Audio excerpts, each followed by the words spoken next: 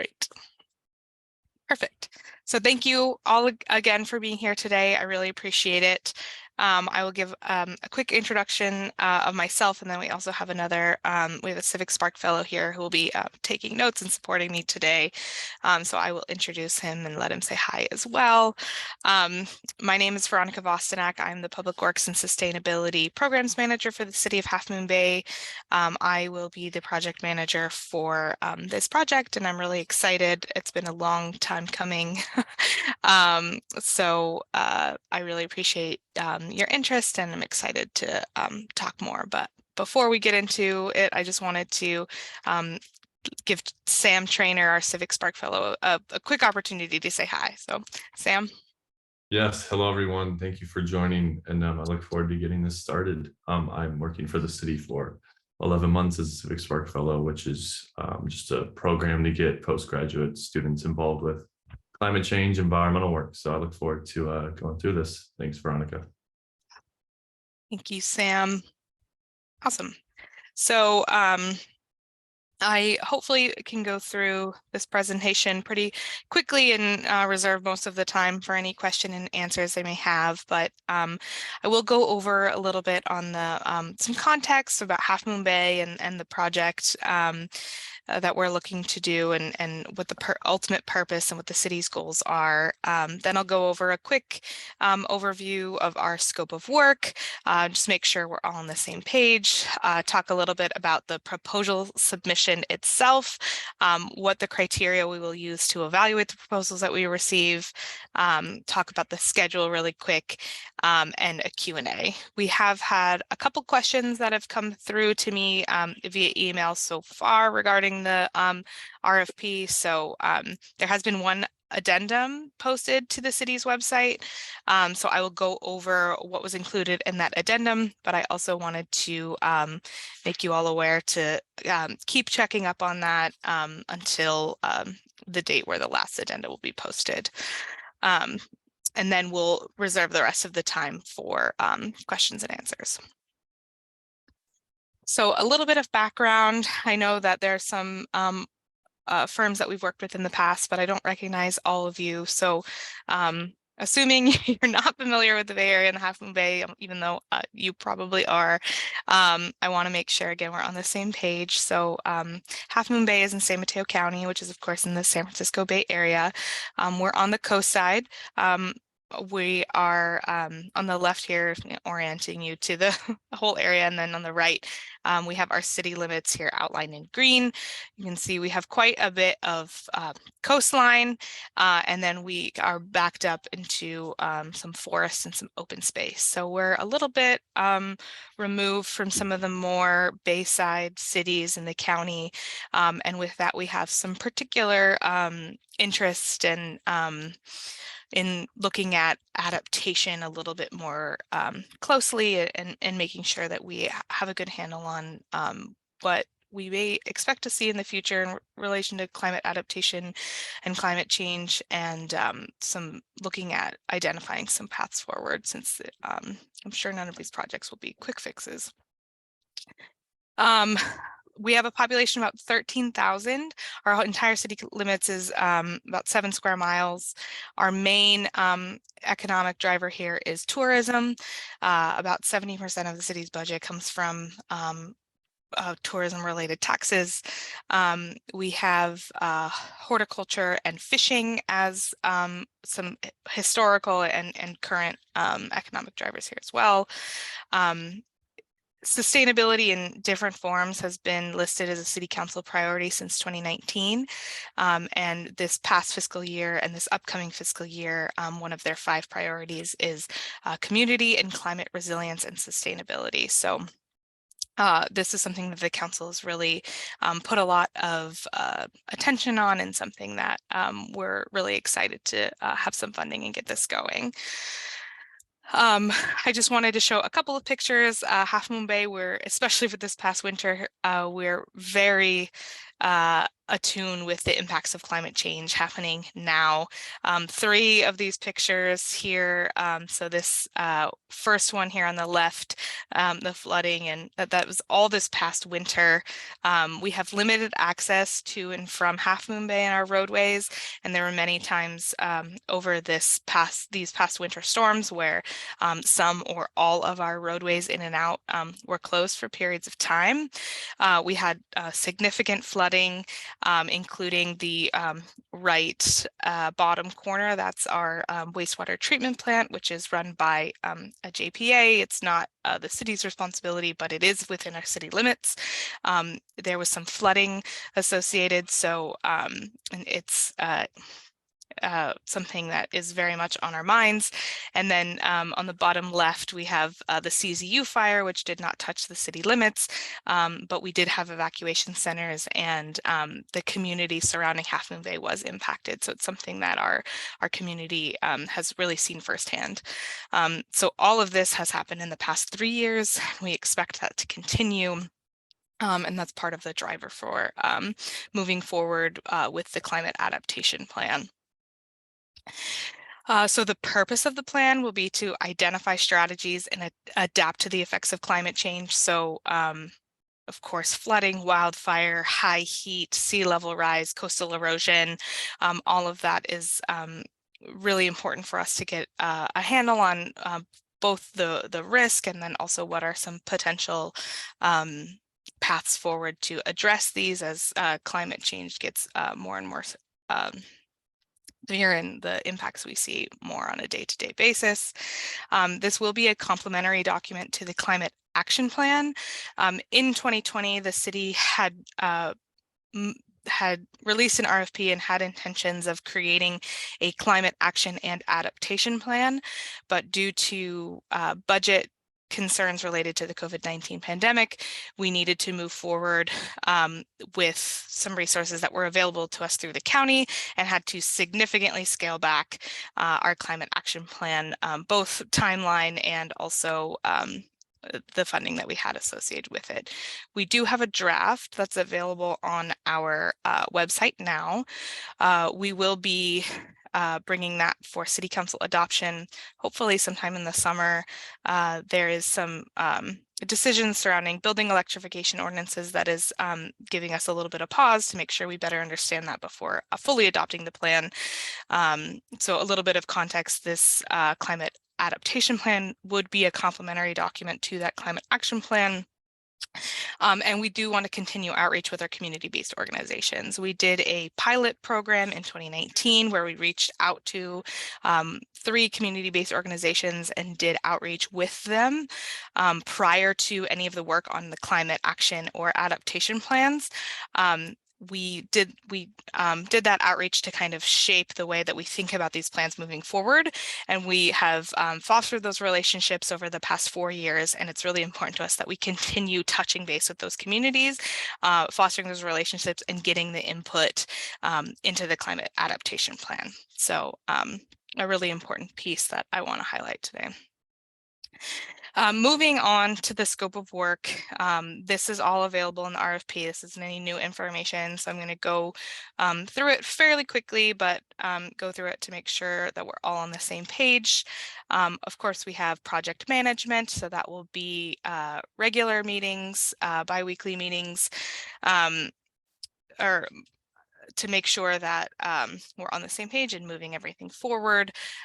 We have our task 2, which is outreach and engagement. So that will include the creation of a community engagement plan, and then also creating the materials for various meetings, and then ultimately planning, facilitating, and leading up to 10 engagement meetings.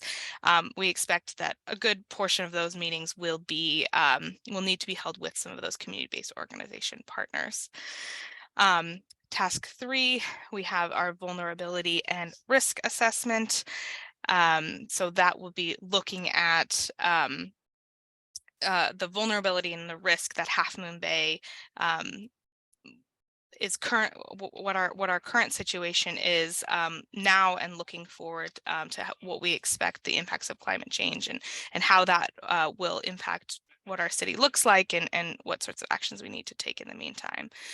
We have done some studies on sea level rise and coastal erosion, and done less in the areas of heat and wildfire. So we would like whichever consultant is selected to look at, both what we've done so far and focusing on some of those, but also making sure that we're not missing those other impacts that we have not spent as much attention on to date. We would like also some vulnerability and risk mapping to go along with that, to ultimately include in the plan itself. Task 4, we have, oh, yes. One thing I wanted to notice, someone in the chat said that she thinks there may be others in the waiting room. I don't know if you can see that or not. There is one person. Thank you. Thank you, Dave, for letting me know. I just admitted her. Let me actually open the waiting room so I don't have to worry about that. Thank you, Sam. So task 4, we have recommended adaptation strategies. So looking at feasible implementation strategies, making sure that they're quantifiable and verifiable, and then also taking a look at those, looking at long-term funding strategies and opportunities, since of course, we can't get any projects done without the funding to do it. Then 5 and 6 are related to drafting and finalizing the adaptation plan. We expect there will be some meetings with the Planning Commission and City Council, but not going to them repeatedly. I can go if anyone has any questions about that beyond what's included in the RFP. I'm happy to provide a little more insight. Then we have task 7, which is this is an optional task. This is tied specifically to a grant application that we submitted and should hear back from the Governor's Office of Planning and Research soon. This task, the city had requested additional funding to continue to supplement the outreach that we plan to do with the community-based organizations, provide quite a bit of funding to those community-based organizations for the outreach, and then also to include some more equity-related tasks to the adaptation plan itself. We should hear, I hope to hear by the end of May whether or not we were selected. So of course, if we are selected while the RFP is still open, I will post that to the website. Otherwise, it may be announced more in the interviews or during selection, but we really would like to, any opportunity that we can to incorporate equity into tasks 1 through 6, we would love to do that, but we recognize that this is time-consuming work and may need some additional funding. So that's why we have this listed as task 7, and whether or not the city decides to take this option will be dependent on whether or not we receive the grant funding. Moving on to the proposal itself. Again, this is in the RFP. So these are the items that we would like to see in the proposal. I'm not going to read through the list. I know you all can read and review, but I wanted to put it here. And any item that I have an asterisk next to, so the title page, the cover letter, those are not included in our 20-page limit. There were some questions about that. So I just wanted to be clear that there's you're welcome to put some more documents associated with references or without being dinged on the score for not hitting the limit. Submitting the proposal. So the proposal is due on Wednesday, May 31st at 10 a.m. You should email a link to me. My email is in the RFP, but also here on the screen. Through a Dropbox or a SharePoint link, all of those are fine. I would recommend sending the link to me prior to 10 a.m. and confirming. I'm happy to confirm whether or not I received it. But after 10 a.m., if there's any issues, unfortunately, we won't be able to accept it. In there, we would like a digital PDF copy of the proposal, but also a Word copy. Looking at evaluation criteria, We will be there will be a panel of city staff reviewing the proposals, and we will be scoring them based on the demonstrated understanding of the scope, quality, completeness, recent and related experience, both on the technical side and also for outreach. For either the prime consultant or sub-consultants. Don't expect one firm to have expertise in both of these areas.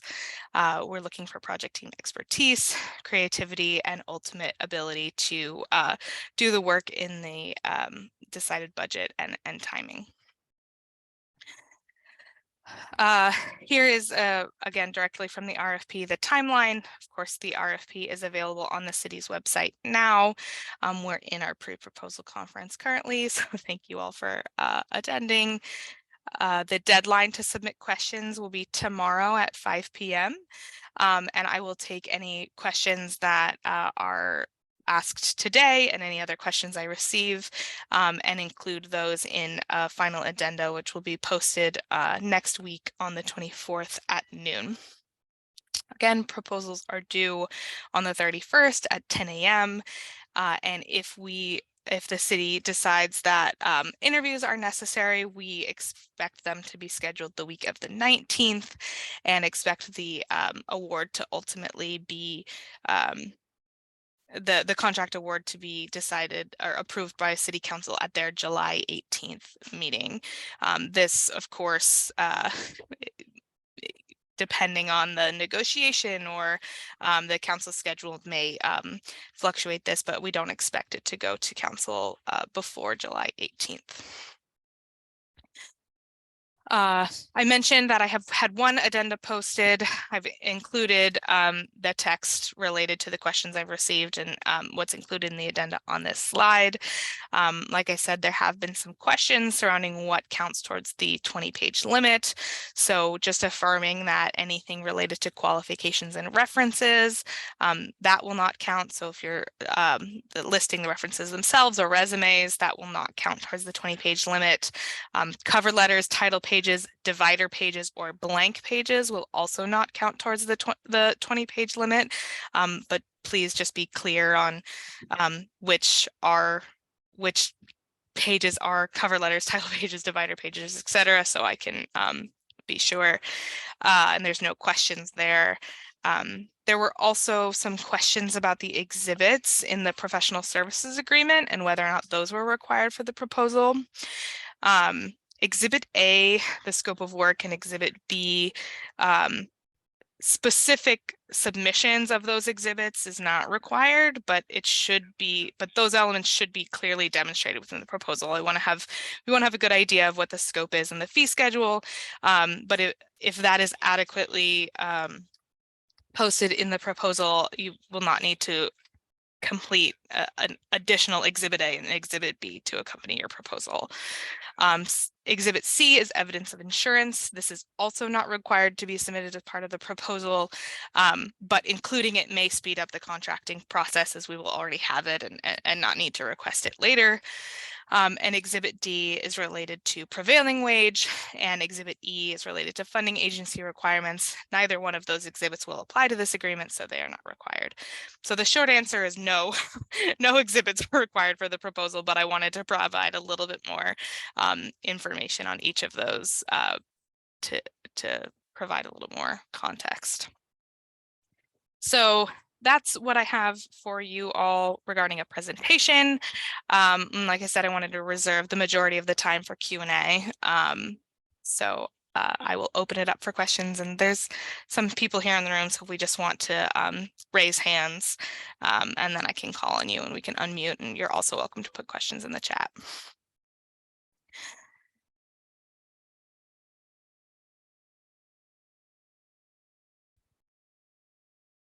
I'm going to stop sharing my screen.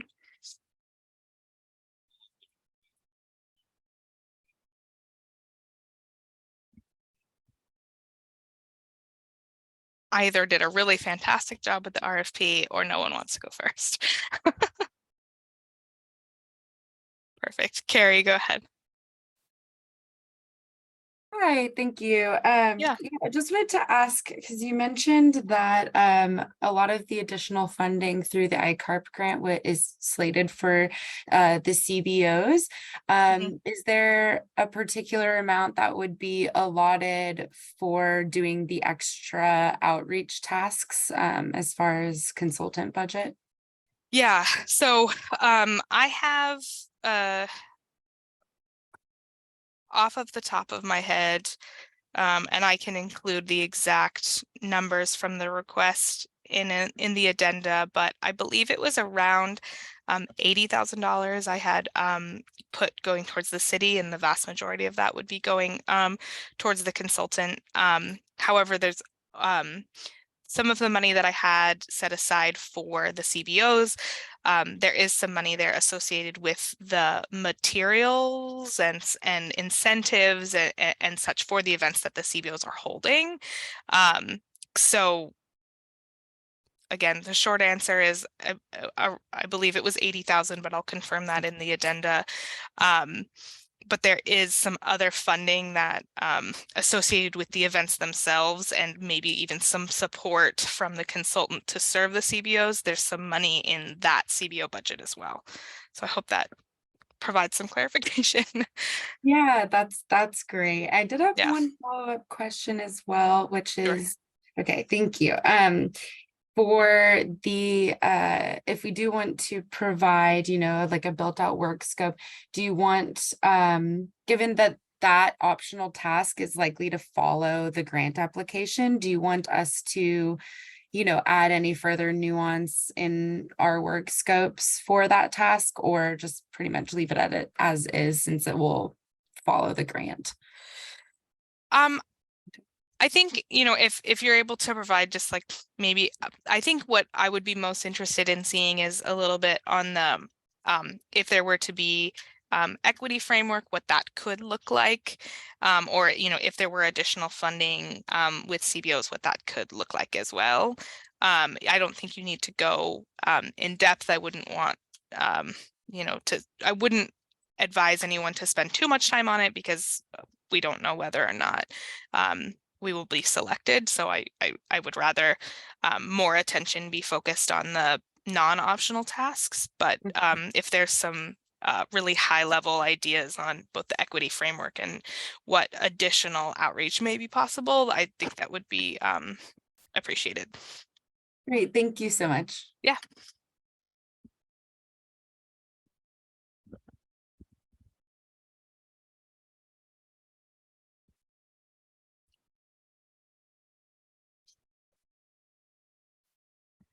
Jenny? Yeah, thank you. I had a question along the same lines, even though we're not gonna, we're gonna spend more time on the non-optional task, but in that optional task 7, are there like tribal outreach committees? Is that part of it? Do you know? We did, that was not included in our grant proposals, Okay. tribal outreach. Okay. We had 4, I believe they were listed in the RFP. We had 4 organizations that applied as partners. So one was Ayudando Latinos a Soñar, which is focused on farm workers in the Latino community. We had Sea Hugger, which will be focused more on the youth. So they will be, they're planning on doing some field trips with different age school children from elementary school through community college. And then we have Senior Co-Siders, which you could imagine is looking at older adults, and Abundant Grace, which is focused on unhoused individuals. So more conversations with the Yeah. same. Okay. Yeah. But that's not to say if, with that additional funding, if you could incorporate tribal out, like we're open to it if it fits in the budget for sure. Okay, understood. Thank you. Yeah. Mm-hmm.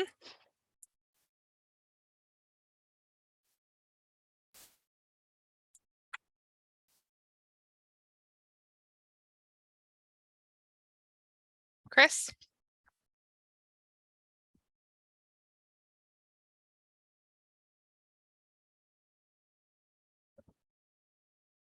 Chris, you're welcome to unmute and ask a question if you'd like.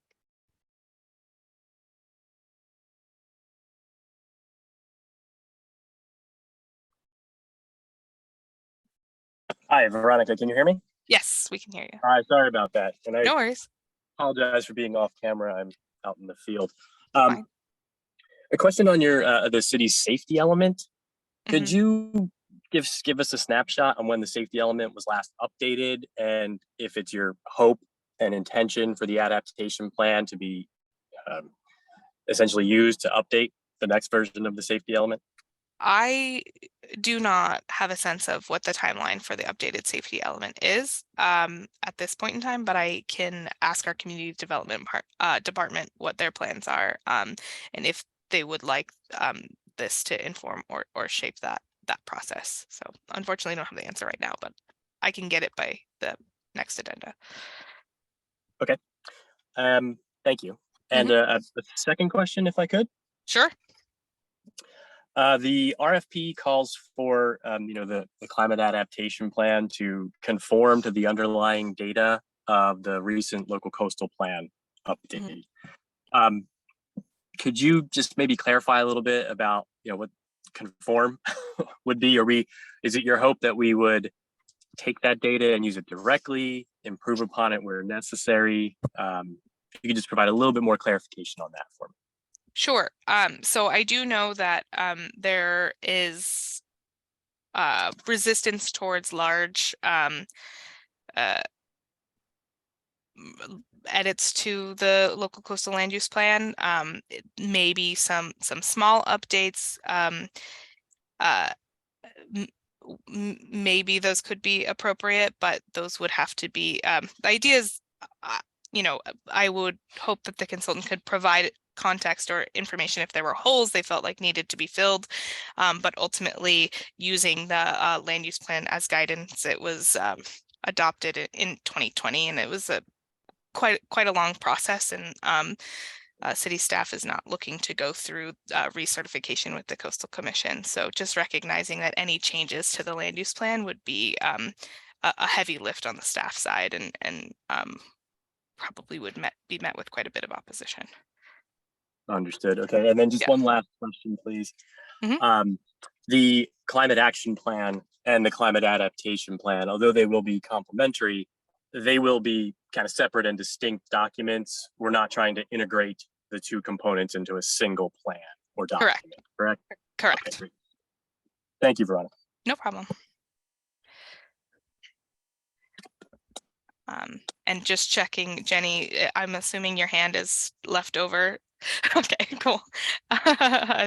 Dave, question? Veronica. Hello. My question is about sort of the involvement of other departments within the city, and is there sort of an internal team that we would be working with to sort of help each department implement some of the adaptation or conceive of adaptation strategies?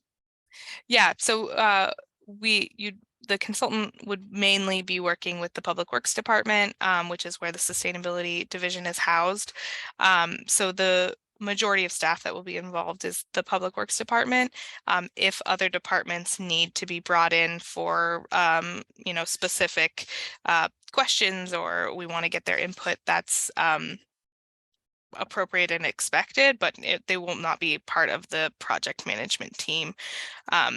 We're a small city. We have about 40 staff total, so we're all pretty stretched thin, and our community development department, who I expect would be most involved, is really focused on housing and farm worker housing at this point in time, and doesn't really have a lot of capacity to take on additional projects. Great, thank you.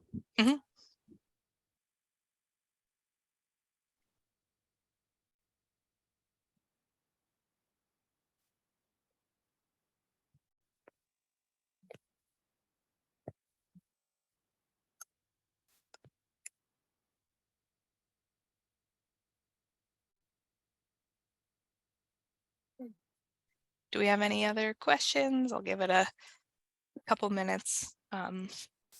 Anyone's welcome to drop off if they would like, but I will stick around. Carrie? Yeah, just wanted to ask if the city was planning on creating like a climate committee. Are you Or yeah, like establishing a climate committee as part of this process. Are you are you referring to an internal city staff committee, or are you talking Yeah. about a citizens committee? Actually either. Um, the answer is no on both. It would Okay. be, like I said, mainly the Public Works Department and the sustainability staff. We can bring in other departments as necessary, but they wouldn't be involved in the day-to-day project, and there's no plans for a citizens advisory committee. Great. All right. Thank you. Sure. Although I guess if we do get the grant funding through OPR, then the community-based organizations would be more involved on a regular basis. So if we are selected for that grant, then there would be a committee of sorts, including the community-based organizations. Great. That makes sense. Thanks. Yeah.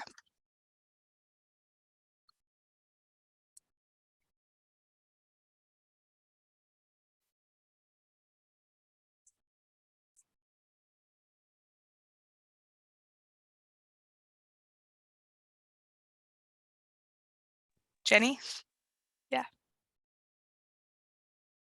Yeah, since we've got you, do you mind explaining or just kind of elaborating on task 2 and specifically maybe just what you're looking for in the feasible implementation strategies?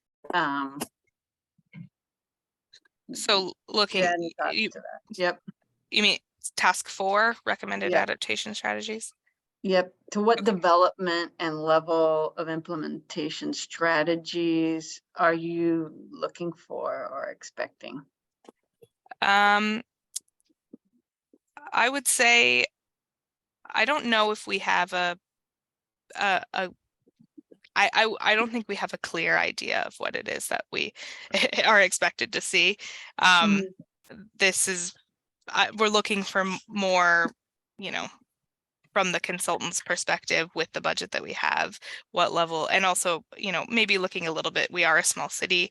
We don't have, a lot of resources. We have small teams, we have small staff. So, looking at, the budget that we have to create the plan, and then also looking a little bit at level of effort that a city of our size would be able to take on. Yeah, that makes sense. And based on the funding opportunities as well. Correct. Yeah. And, I'm sure with a lot of these, especially looking at, sea level rise or even wildfire, a lot of these are going to have to be in coordination with neighboring jurisdictions as well. So there's, only so much that the city itself can do. So we want to make sure that we have those pretty clearly. We have a pretty good understanding of what the city can do, but then also looking a little bit beyond that, what sorts of partnerships and what sorts of conversations do we need to be having with, let's say, San Mateo County or One Shoreline or the fire district? Like, what are some other partnerships that we should be looking to form and work towards, even local hazard mitigation planning, all of those. So. Got it. Thank you. Yeah.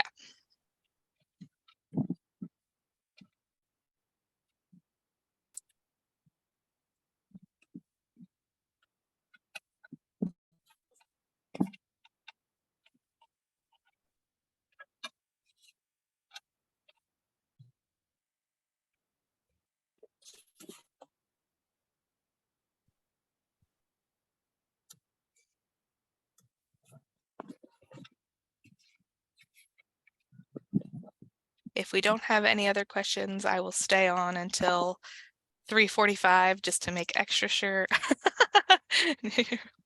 But if you all are done with your questions, then we can give you all back some time in your day.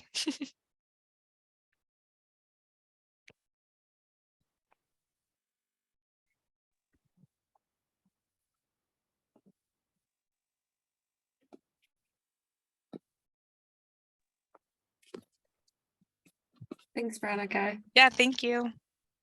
Yeah, thank you very much, Veronica. I appreciate your time. Yeah, thank you. Take care. Bye. Thank you so much. Yeah, thank Bye. you. Thank you. Thank you.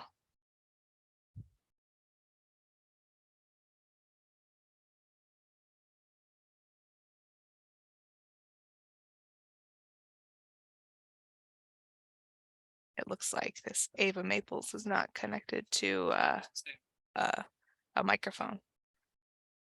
Yes, no problem. Thank you. Okay, there we go. All right, I'm going to stop the recording.